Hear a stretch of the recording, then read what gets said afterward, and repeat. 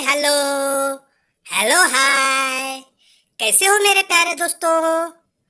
तो आज मैं आपका ज्यादा वक्त नहीं लूंगा। क्या कहा? विश? नहीं नहीं, आज विश नहीं आई है, वो किसी काम से बाहर गई है, इसलिए आज मैं अकेला ही आपको कहानी सुनाऊंगा। तो आज की कहानी है एक भेड़िए की और बहादुर सैंडी की। तो चलो आओ मेरे साथ। ये कुछ दिनों पहले की बात है। एक शहरी लड़का जिसका नाम सैंडी था। सैंडी बहुत ही बहादुर और जिज्ञासु था।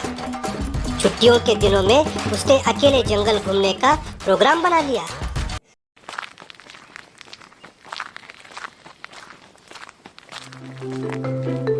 धूप छांव में घूमकर उसने जंगल की खूबसूरती और प्राकृतिक सुंदरता का आनंद लिया। धीरे धीरे वो उस जंगल की ओर जाता रहा और कहीं अंदर जंगल में खो गया। उसे कुछ आवाजें सुनाई दी, कुछ पंछियों की, कुछ जानवरों की, लेकिन उसमें कुछ अजीब आवाज आ रही थी।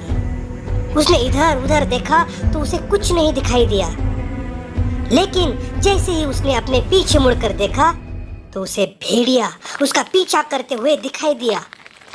सैंडी उस भेड़िए को देखकर डर गया। अरे बाप रे, इतना बड़ा भेड़िया! और वो भागने लगा, लेकिन भेड़िया उसका पीछा नहीं छोड़ने वाला था। भेड़िया भी उसका पीछा करता रहा।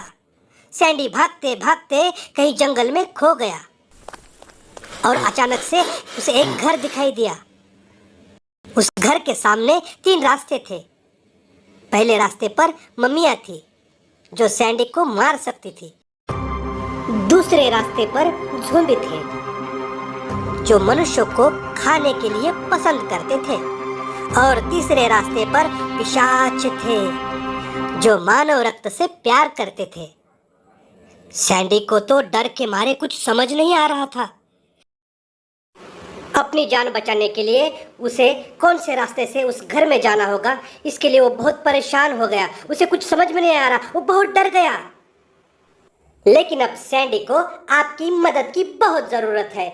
आपको सैंडी को बताना है कि उस घर में जाने के लिए कौन से रास्ते से जाना सही होगा और क्यों। पहला रास्ता, दूसरा या तीसरा, हमें कमेंट बॉक्स में ज़रूर बताना।